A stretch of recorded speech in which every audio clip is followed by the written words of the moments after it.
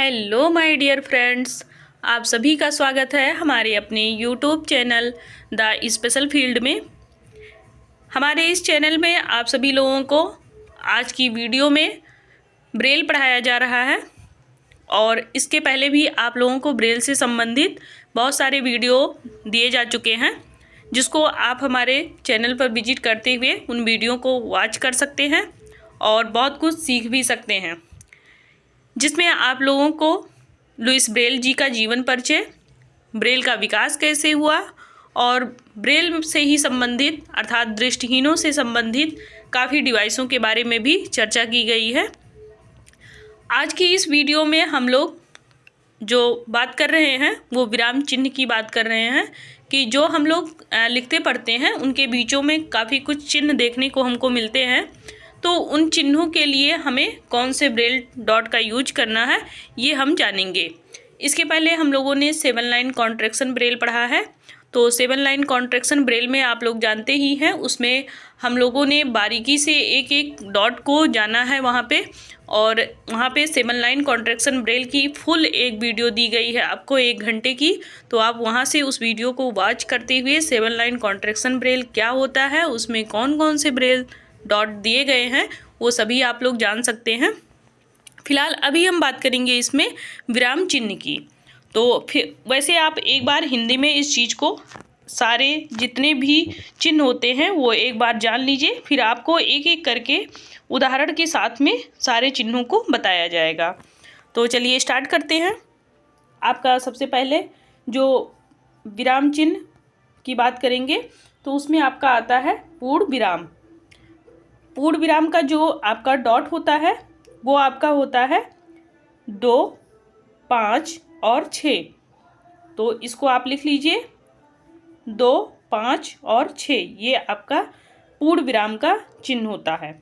पूर्ण विराम का आपका 2 प्रकार से चिन्ह होता है। एक तो आपका ये ऐसे डंडेनुमा जो कि हिंदी में प्रयोग होता है, और एक आपका केवल ऐसे बिंदु लगा होता है, तो वो आपका इंग्लिश में प्रयोग किया जाता है। तो दोनों के लिए आपका जो ब्रेल डॉट यूज होगा वो आपका ये यूज होगा, यानी कि 2, 5, 6। तो ये आप यहाँ पे 2, 5, 6 यूज कर सकते हैं। नेक्स्ट आपका है स्वल्प विराम। तो स्वल्प विराम का मतलब आप जानते ही हैं, इसका मतलब कॉमा होता है। तो कॉमा यहाँ पे कैसे हम इंडिकेट करेंगे, तो इसको हम डॉट नंबर 2 से इंडिकेट करेंगे, यानी कि डॉट नंबर 2 अगर हम ब्रेल में लिख देते हैं या इसको हम उभार देते हैं तो फिर हम वहाँ पे कॉमा का प्रयोग कर सकते हैं। यहाँ आप देख सकते हैं कॉमा कैसे लगता है। इस प्रकार से जो कॉमा लगता है इसको हिंदी में क्या बोलते हैं, स्वल्प विराम।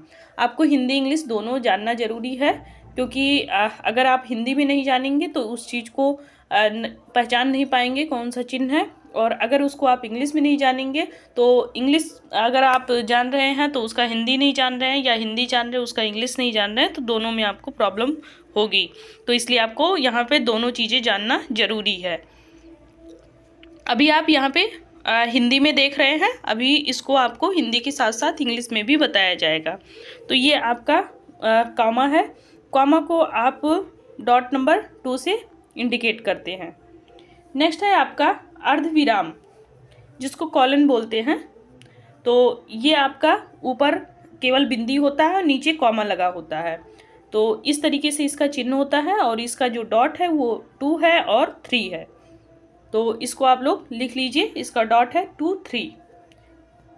उसके बाद आपका आता है उद्गार चिन्ह। उद्गार चिन्ह का मतलब होता है जो एक्सक्लेमेटरी चिन्ह होता है, आश्चर्यबोधक चिन्ह जिसको बोलते हैं। इसका दूसरा नाम है आश्चर्यबोधक चिन्ह, इसको उद्गार चिन्ह भी बोलते हैं। कुछ लोगों को इसका नाम नहीं पता होगा तो हिंदी में भी वो जान लें।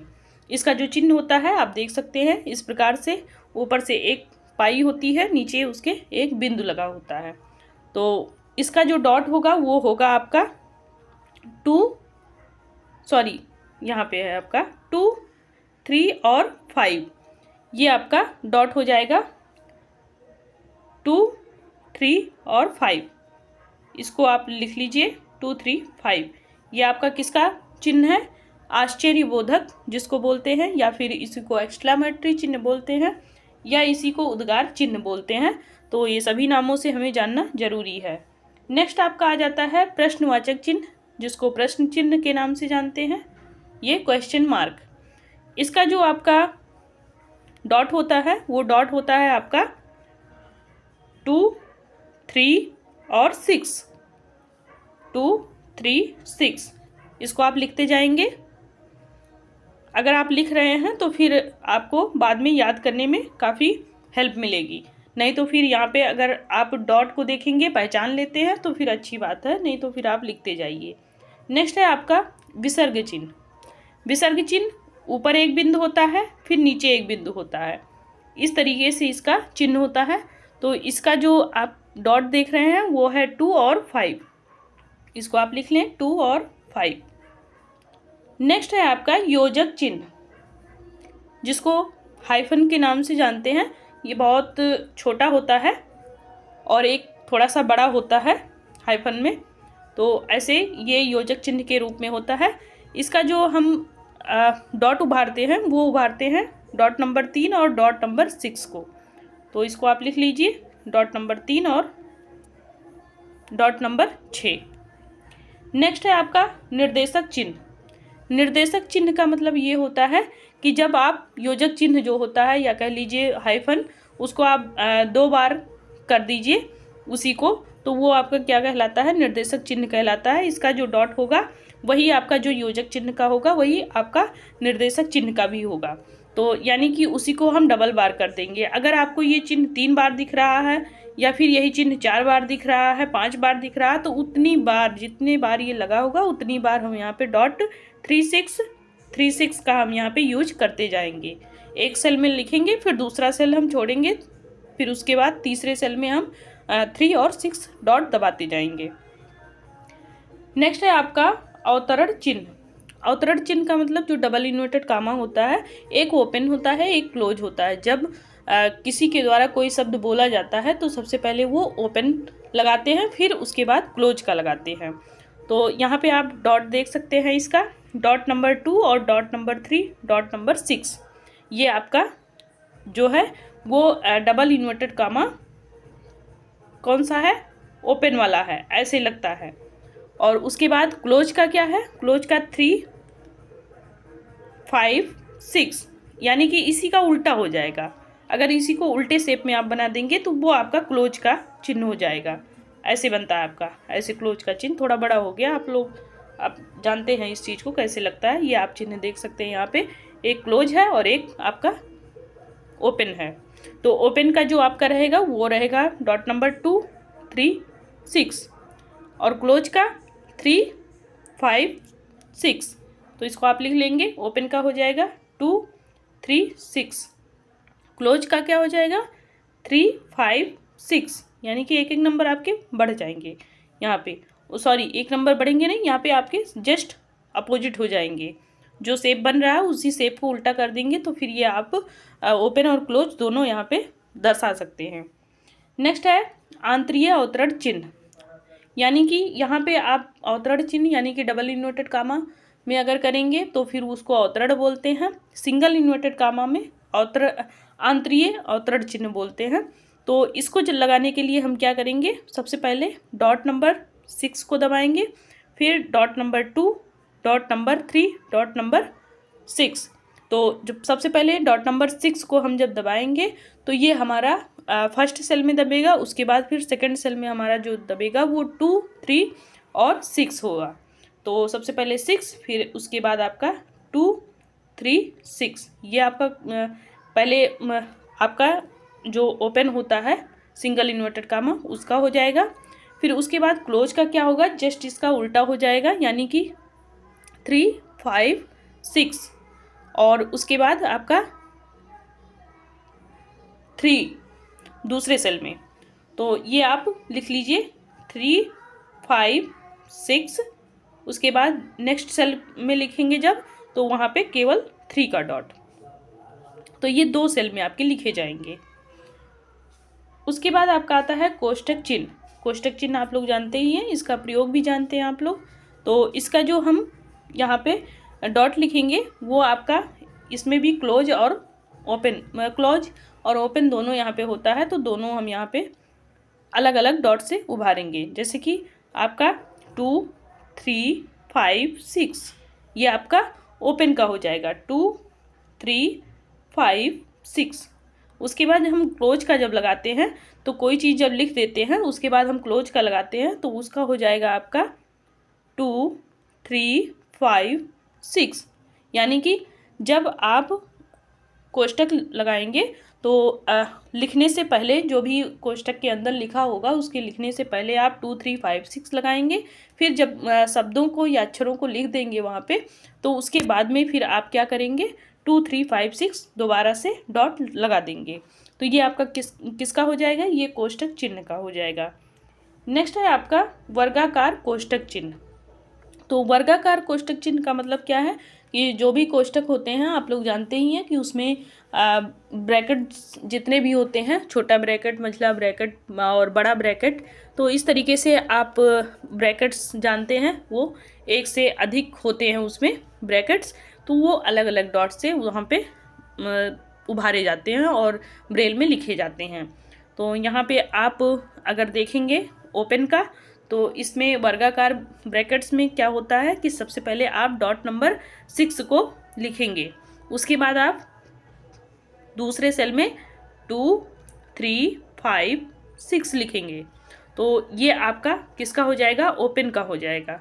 आप यहाँ पे देख भी सकते हैं इस चीज़ को। यहाँ पे सबसे पहले डॉट नंबर 6, फिर उसके बाद डॉट नंबर 2, फिर 3, फिर 5, फिर उसके बाद 6, ये ओपन का हो जाएगा। फिर मान लीजिए इसके अंदर आपको कोई अक्षर लिखना है तो ये लिखने के बाद में जो क्लोज करते हैं वो क्लोज का डॉट आपका अलग हो जाएगा 2 3 5 6 और उसके बाद हम 3 डॉट दबा देंगे। तो इस तरीके से आप इसका लिख लीजिए। जो ओपन का होगा वो हो जाएगा 6 2 3 5 6। क्लोज का क्या हो जाएगा 2 3 5 6, उसके बाद क्लोज का 3 हो जाएगा डॉट। इस तरीके से ये डॉट यहाँ पे ओपन और क्लोज के लगते हैं। नेक्स्ट आपका हो जाएगा हलंत। हलंत का मतलब किसी अक्षर को आधा कर देता है ये, जिसके नीचे ये लगा होता है।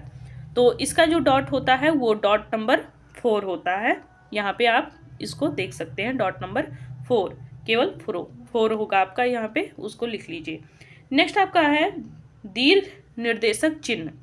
दीर्घ निर्देशक चिन्ह का मतलब मैंने आपको ऊपर ही बताया, जो योजक चिन्ह लगाते हैं तो वहाँ पे एक ही बार लगाते हैं, फिर निर्देशन चिन्ह में 2 बार लगाते हैं, लेकिन जब उसी चीज़ को कई बार रिपीट कर देते हैं तो उसको दीर्घ निर्देशक चिन्ह बोलते हैं। तो ये एक से अधिक बार होता है। तो यहाँ पे जितनी बार भी आपको दिखे उतने बार आपको क्या करना है 3 6 3 6 लगाते जाना है। 3 6 3 6, उसके बाद 3 6, इस तरीके से आपको डॉट लगाते जाना। ये यहाँ पे आपको 4 बार दिख रहा है तो 4 बार यहाँ पे 3 6 3 6 का डॉट यहाँ पे यूज किया गया है। अगर यही 5 बार 6 बार होता तो उतनी बार ये 3 6 3 6 लगाते जाते हम। तो इस तरीके से दीर्घ निर्देशक चिन्ह होता है। नेक्स्ट है आपका अवग्रह चिन्ह। अवग्रह को जो कैपिटल S होता है उसके माध्यम से यहाँ पे दर्शाया जाता है। तो इसका जो डॉट है वो डॉट नंबर क्या है 2, तो केवल और केवल 2 से यहाँ पे दर्शाते हैं इसको, अवग्रह चिन्ह को। तो ये आपका जो लास्ट चिन्ह था ये था आपका अवग्रह चिन्ह। अब इसमें आपके ये जितने भी चिन्ह प्रयोग किए जाते हैं ये आपके हिंदी और इंग्लिश दोनों में प्रयोग किए जाते हैं। नेक्स्ट वीडियो में अब हम इसका उदाहरण के साथ में कैसे इसको प्रयोग किया जाता है इसके बारे में हम जानेंगे। तो आप लोगों को अगर ये वीडियो अच्छी लगी हो तो आप लोग लाइक करें, शेयर करें, सब्सक्राइब करें हमारे चैनल को। और जो भी उस पे ब्रेल से संबंधित हो या आपके संबंधित जो भी वीडियोज हों, जैसे कि आप अगर फर्स्ट ईयर में हैं डीएड के तो आपको फर्स्ट ईयर के सभी वीडियोज प्लेलिस्ट के रूप में मिल जाएंगे, आप वहाँ पे जा कर के विजिट कर सकते हैं।